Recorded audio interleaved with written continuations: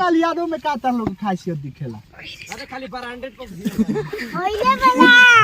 अरे बड़ा देखिए ई बचवा को देखिए अरे बड़ा का हो टुंटू लाल यादव कौन सिंह के जाने ला देख सकते ए बाबू फोकस करो तो काहे ना सुनेला तू गाली का है तेरा बाबू है ना? अरे गाली क्यों रही काहे बनवा हुआ है?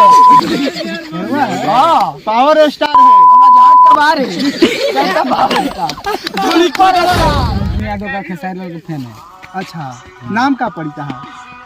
गोविंदा कुमार यादव। अच्छा यादव जी के सपोर्ट करेले और दोसर के ना सुनबो ना जब वो 3 करोड़ साला दिया थी को सनी लियोन को वही साला ठंड का समय था। हाँ। वो गरीब लोगों पर लुटाया रहता। हाँ। आज हम भी लोग बताओ लो कि आखिर खेसारी लाल यादव में उ का खूबी देखे लो कि इतना दिल खोल के सपोर्ट कर लो पूरा गाना सुनो उनका हम बताओ गरीब के जो सेवा करी उनका रू फैन रहे सब। जो साला रंडी ना चाहेगा सनी लियोन को बुलाएगा उसका क्यों फैन रहेंगे? केहू के तो अच्छे ना लगेला हम संगे। अच्छा तहार का नाम है? हमार नाम रोहित कुमार यादव। यादव वाला है से यादव के सपोर्ट ना और केहू गाना सुनने में अच्छा ना लगेला उनका अच्छा लगेला। बस टुनटुन क्या देखना शुरू कर दिया है स्काई भोजपुरी न्यूज। आप सभी को पता है कि जितने भी अपने भोजपुरी इंडस्ट्री में सुपर स्टार हुए हैं या बनने वाले हैं सभी को बनाने वाले धरातल से ये लड़के होते हैं और भोजपुरी जानने सुनने वाले श्रोता होती है। मैं अभी एक जगह पे पहुंचा हूं, यहाँ पे बहुत सारे लड़का देख सकते हैं कि यहाँ पे खेलते हुए हमको नजर आ रहे थे और यहाँ पे कुछ ऐसे लड़के हमको दिखा जो कि भोजपुरी गाना कुछ तो बजा रहा था और नहीं तो कुछ लड़का गुनगुना रहा था। तो यहाँ पे हम जानेंगे कि आखिर ये लोग कैसे और किन एक्टरों को सबसे ज्यादा सपोर्ट करते हैं और किन कलाकारों का गाना इन लोगों को पसंद आता है, सब कुछ बात करेंगे। और अभी जो एक पूरा कड़ाके की ठंडी है और इस कड़ाके की ठंडी में कहीं ना कहीं विद्यालय जो है सरकार ने बाधित कर दिया है कि बच्चों को स्कूल नहीं भेजना है। आप लोग वीडियो के पूरा देखिए, हम बात करते हैं इन बच्चों से। इधर सुनो क्या होता है कहाँ इकट्ठा बन लो काहे भागे लग यार हम तो यार जाने ये तालु भाई बराबर बानी गाना बनते हो खेसारी गाना बजाते रहो। यस का है उसका फैन है खेसारी के फैन हो गाना सुने ला। देखिए खेसारी लाल यादव के एगो फैंस मिल गए हैं। खेसारी लाल यादव में ऐसा क्या दिखता है कि आप उसको सपोर्ट करते हैं? बहुत उनका में क्या तारा दिखेला काहे खेसारी के सपोर्ट करला भाषा मत सुना काहे उनके गाना सुनेला? पवनो सिंह तो गावेला, नीलकमलो तो गावेला, लेकिन खेसारी काहे सुनेला हो? हम लोग टुनटुन यादव का खेसारी लाल के फैन है। अच्छा नाम का पड़ता है? गोविंदा कुमार यादव। अच्छा यादव जी के सपोर्ट करेले और दोसर के ना सुनबो ना काहे? अभी देखत नहीं है कि खेसारी लाल यादव को बजाओ तो रहा नीलकमलो का तो गाना ट्रेंड करता हो और दूसरे के तो केहू के तो अच्छे ना लगेला हम संगे। अच्छा तहार का नाम है? हमार नाम रोहित कुमार यादव। देखिए जी यहाँ पे रोहित यादव भी है। अच्छा यादव वाला है से यादव के सपोर्ट ना और केहू गाना सुनने में अच्छा ना लगेला उनका अच्छा लगेला। बस टुनटुन क्या मारना नेता के बात कहिए तो नेता आरजेडी लालू यादव। ये लोग केवल और केवल खेसारी लाल यादव और टुनटुन लाल यादव के तमाम गाना सुनते हैं। पवन सिंह के काहे ना सुने लगे? गाली का है जो तेरा बाबू है ना? अरे गाली क्यों बढ़वा हुआ है पावर स्टार है हम झाट का बाहर है कैसा बाहर का गोली पर trending star superstar Khesari Lal Yadav का फैन रहेंगे। मौका है। देखिए दोस्तों मैं आपको बता दूं कि मैं जब रोको हाला मत करो, मैं रास्ते से आ रहा था तो ये जो तमाम बच्चे हैं यहाँ पे सबसे पहले क्रिकेट खेल रहे थे, उसके बाद देखा कुछ बच्चे यहाँ पे आग ताप रहे हैं और कुछ जो बच्चा था वो गाना बजा रहा था। वो गाना था भोजपुरी का और खेसारी लाल यादव का गाना ये लोग बजा कर सुन रहा था। कुछ ऐसा बच्चा था जो कि गुनगुना रहा था। तो मैं सोचा कि इन सभी से मैं बात करूं, हालांकि अभी मेरे हाथों में स्काई भोजपुरी न्यूज का माइक नहीं है। अचानक जो है इन लोगों से मुलाकात हो गया, मैं सोचा कि बात करता हूं। तो यहाँ पे मैं आया तो देखा आप भी सुने कि सबसे ज्यादा ये लोग खेसारी लाल यादव को सपोर्ट करता है। खेसारी और टुनटुन खेसारी और टुनटुन रीजन क्या बा बाबू कि खेसारी और टुनटुन के ही गाना सुनेला? रीजन ये बा हाँ। कि वो अच्छा गाए लो आ उनकर के पूरा बिहार का पूरा विश्व उनका लोग के जानेला। विश्व जाने हाँ तो पवनो सिंह के तो जाने ला। लॉलीपॉप गाना सुन ले ला कि ना? लॉलीपॉप गाना सुनले रहनी लेकिन वो कहाँ चलता अभी तो नहीं का चलत। अच्छा हाँ। तो खाली खेसारी या टुनटुन के सुन वही गाना चल रहा है मार्केट में।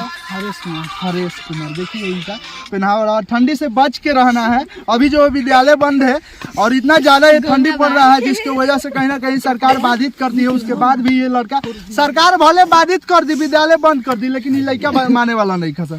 देखिए इतना कड़ाके की ठंडी है, सब कोई अपने अपने घर पे जो है मतलब विदाउट वर्क के बाहर नहीं जा रहा है। उसके बाद भी इतना सब बच्चा आपको नजर आ रहा है, ये सब खेल रहा है। सरकार भले स्कूल विद्यालय बंद कर दे, लेकिन खेलना ये बच्चा अपना बंद नहीं कर सकता। लेकिन खेलना भी है तो सबको क्या करना है कि स्वेटर जैकेट जो भी है पहनना है, जूता पहनना है, उसके बाद ही खेलना है। तो तार का नाम पड़ी हो? मुकेश कुमार यादव। मुकेश कुमार यादव। तू के कर गाना सुनेला? हम खेसारी और टुनटुन यादव दू जना गाना सुने। हाँ। ये हमार सुपरस्टार। अच्छा भोजपुरी में कई गो स्टार बाड़े तारा पता बा? हाँ खेसारियों से बढ़िया पवन सिंह गावलन, ई बात के मानत रह कि ना? ना पूरा दुनिया कहेला कि उनका गाना में सरस्वती जी विराजमान करेली। उनका ऐसा आवाज केहू कहले नहीं के, तब काहे गाना तारा अच्छा ना लगे? खेसारी के सबसे मान्य बा वहाँ के ये दिन बा कि वहाँ के गरीबी से लेके हाँ। अमीरी तक के वहाँ के प्रस्तुत करनी। से बताओ लो कि आखिर खेसारी लाल यादव में उ का खूबी देखे लो कि इतना दिल खोल के सपोर्ट कर लो पूरा गाना सुन। रुका रुका हम बताओ तनी। खेसारी लाल में ये खूबी बा, उनकर बर्थडे आवेला तो तू सब जान थकबा देख थकबा कि गरीब लोगन के चादर पहिया साइकिल सब बाटेलन। हाँ। आ पवन सिंह में ये खूबी लौकेला कि सनी लियोन के नचावेला ओकर बर्थडे आवेला तो ओकर फैन काहे रही स? अच्छा जे गरीब के जो सेवा करी उनकर फैन रहे स। जो साला रंडी नचाएगा सनी लियोन को बुलाएगा उसका क्यों फैन रहेंगे? एक ही वजह से तू लोग खेसारी लाल यादव इसी के वजह से रहते हैं लोग। अच्छा खेसारी का सपोर्ट मदद करेला। क्योंकि उसका जो माया आ जाता है हाँ हाँ। किसी गरीब पे वो दया करने के लिए मतलब तैयार हो जाता है।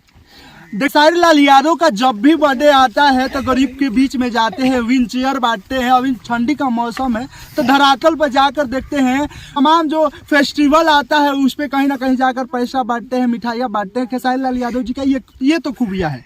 और अभी जो पवन सिंह का जो बर्थडे आया था तो इसमें इन बच्चों का कहना है कि पवन सिंह का जब बर्थडे आता है तो वो कहीं ना कहीं पॉर्न स्टार को लाते हैं, 3 करोड़ रुपया 5 करोड़ रुपया खर्चा करके नाचाते हैं और नाचते हैं। तो उनसे उन सभी चीज़ों से केवल और केवल पवन सिंह का बेनिफिट है, उसे हम सभी श्रोताओं का कोई बेनिफिट नहीं है। यानी खेसारी लाल यादव का और जाना हम लोग ट्रेंड करवाते हैं तो कहीं ना कहीं उसे हम लोग का ही फायदा है। खेसारी लाल यादव जी के पास जो पैसा आता है 2 पैसा कमाते हैं तो 1 पैसा गरीबों में बांट देते हैं। हाँ। यही वजह है कि आप लोग यही वजह है। देखिए ये लोग जाति के वजह से नहीं सपोर्ट करते हैं कि खेसारी लाल यादव एक यादव समाज से है, अहिर का बेटा है तो अहिर के ही बेटा लो, अहिरे के गाना सुनी लो।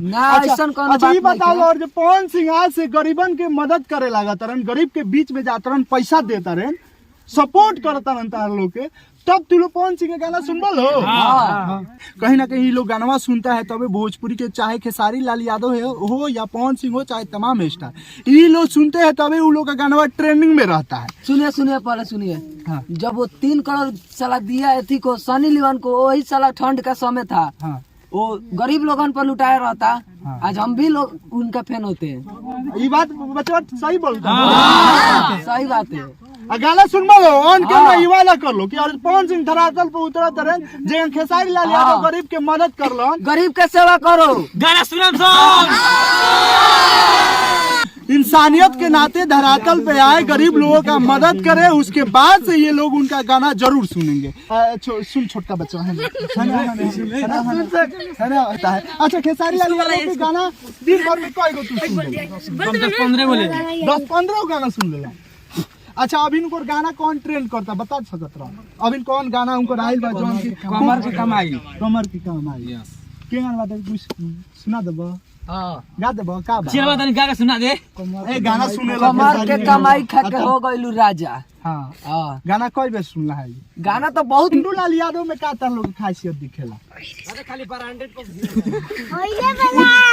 अहिरे बड़ा देखिए यही बचवा को देखिए अरे बड़ा का हवन टुंडू लाल यादव अहिरान स्टार गाना सुनेला उनकर का अच्छा लागेला उनकरा में उनकर गाना अच्छा लागेला तहरा उ कौन स्टार हवा हाँ अहिरान स्टार टुनटुन यादव देखिए छोटो का बच्चों को पता है खेसारी लाल यादव कौन हवन हो जाने ला उनकरा के उनकर गाना सुन यादव हवा गाना सुने ला पवन सिंह के जाने ला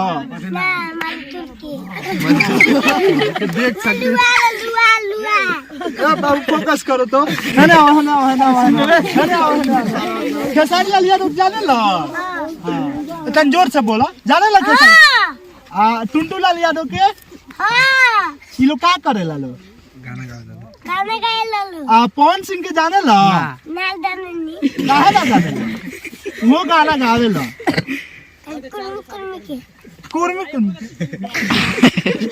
देखिए छोटका बचवा है इसमें भी कहीं ना कहीं जातिवाद कूट कूट के भर गया है इसको यही पता है कि खेसारी लाल यादव जी का गाना आता है और पवन सिंह का गाना आता है तो हम लोग सुनते हैं। मैं यहाँ पे आया तो देखा कि तमाम जो बच्चा है यहाँ पे इकट्ठा हुए थे तो हम सोचे आओ बात करिए। हम सोचे कि भाई भीड़ काहे हुआ है इतना इकट्ठा काहे हुआ। जब हम पास में आए तो देखे कि भोजपुरी सब गाना सुन रहा था और क्रिकेट खेल रहा था तो हम आए थे इन सभी से बात की अरे आखिर हम भी जानने का ये कोशिश किए कि आखिर ये लोग खाली काहे खेसारी लाल यादव गाना सुनता है और खाली काहे टुनटुने लाल यादव गाना सुनता है। तो आने के बाद से हमको पता चला कि खेसारी लाल यादव गरीबों का मसीहा कहे जाते हैं और गरीब लोगों को मदद करते हैं, धरातल से जुड़े इंसान हैं, इसीलिए खेसारी लाल यादव को सबसे ज्यादा ये लोग गाना सुनता है। और यही जो बात था जो कि आपके सामने में रखा, आप लोग क्या सोचते हैं कमेंट सेक्शन बताने का काम कीजिएगा। तो मैं संदीप कुमार, आप देख रहे थे स्काई भोजपुरी न्यूज। फिर मिलता हूँ नेक्स्ट वीडियो में, तब तक के लिए जय हिंद।